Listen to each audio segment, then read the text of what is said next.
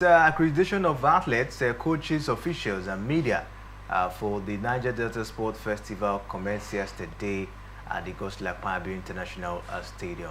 But away from that, of course, we hear the governor of Enugu State, His Excellency Dr. Peter Mba, has announced the composition of the local organizing committee for the 23rd National Sports Festival in 2026. The local organizing committee members, according to the governor, were carefully selected for their competence, excellence, and exceptional contribution to the sports sector. The local organizing committee will be chaired by Commissioner for Youth and Sports in Enugu State, Lord Ike Ikwerimadu. The committee comprises the following season sport administrators as Bami Duro Olumide Mero Yanli, Ako Akazu, Victor Okeri, Blessing Chi Zalam, Davison Weme, and Tony Ugo, Harry Chinedu, Jonathan Naji, Boniface Onovo, Ephraim Ochoma. These, of course, are some of the names, in that particular list down there. Michael, 2026 National Sport Festival, preparation is in top gear. What do you make of the move, from the Enugu State government? I think Enugu State government, according to what I listened from their sport commissioner, they want to put up a top-notch display. They want to make it one of the best and memorable national sport festival, and that is why they have actually started, plans on ground. And you see the members of the LOC talking about the local organizing committee that have been approved or selected by the governor. You see the likes of Tony Okolie, the likes of Davison Omi, the likes of Mary Onyali. These are renowned, sport administrators that have actually proved their wealth of experience over the years. And you need this kind of rich, vein of people with rich experience in terms of administrative acumen to be able to galvanize and put together, what would be one of the best, national sport festivals. So for me, I think it is the right way to go from the governor. Right way, of course, to go from the Enugu State governor. We hope we hope that all of this preparation will, of course, yield good fruit at the end of the day. Now, record championship winners Ahly of Egypt have become the first team to arrive in Abuja ahead of the African Women's Women Volleyball Club Championship, set to serve off on April 4th. The Egyptian powerhouse, known for their dominance in African volleyball, touched down in the Nigerian capital as preparation intensified for the continental showpiece. The championship, which runs from April 1st to 14th, is hosted by Nigeria and sponsored solely by the Nigerian Customs Service. The Nigerian representative, including the Nigerian Custom Women's Volleyball team, are gearing up to make a strong impression on home soil. The opening ceremony is scheduled for April 3rd, while the final will take place on April 13th. More teams are expected to arrive in the coming days as the tournament builds momentum. Impressive. Good to hear that, of course, Nigeria is hosting a volleyball championship. Just to tell you how the Volleyball Federation, of course, has been able to make impact so far in Africa.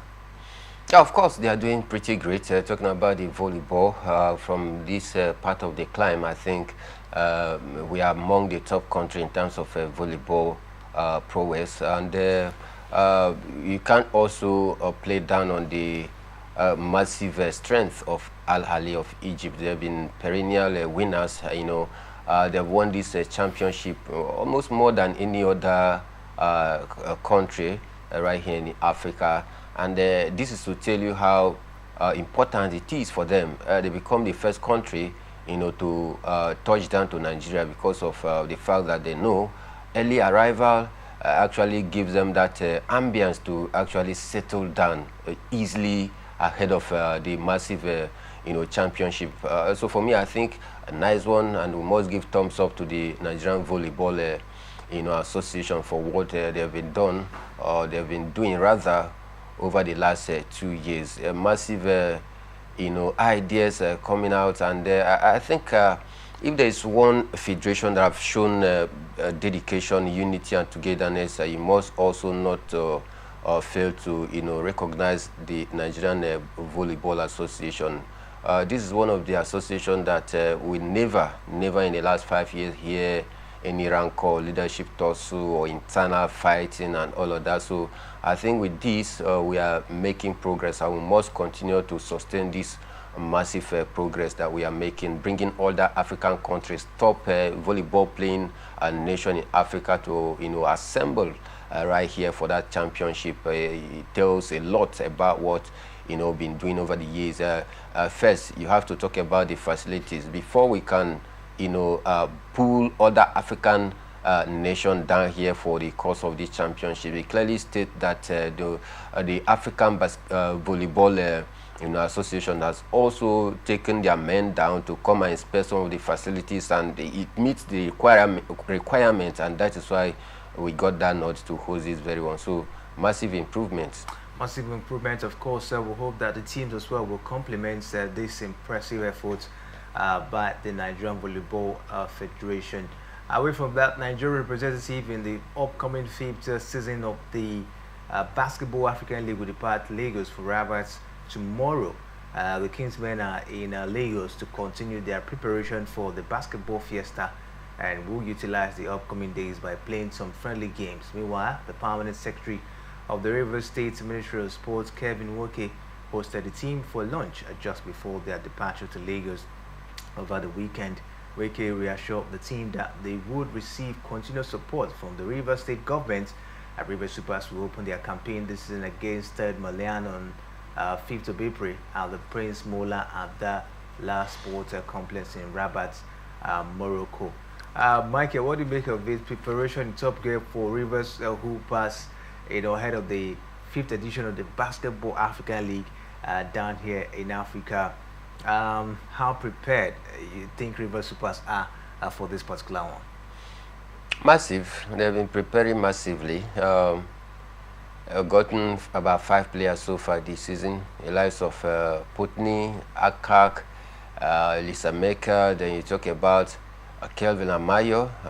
So these are some of the players they've gotten so far. But I think the major concern here for me is about not having a friendly games, before heading into the Basketball African League. Although I listened to the media officer Joseph yesterday in an interview, carefully detailing how massive they'll be preparing, what they intend to do.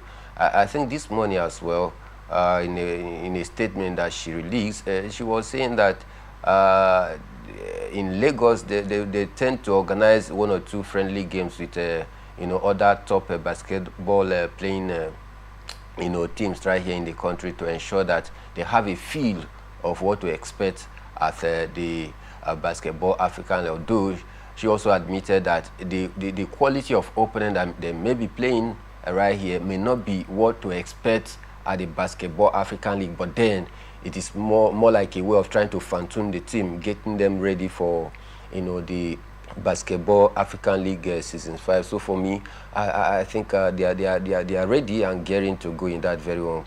The state government has also given their own support and backing to the team, ensuring them that they will do everything possible in order to continue encouraging them to go a step better than their last time outing. And of course, we will be playing against the 2023 champion.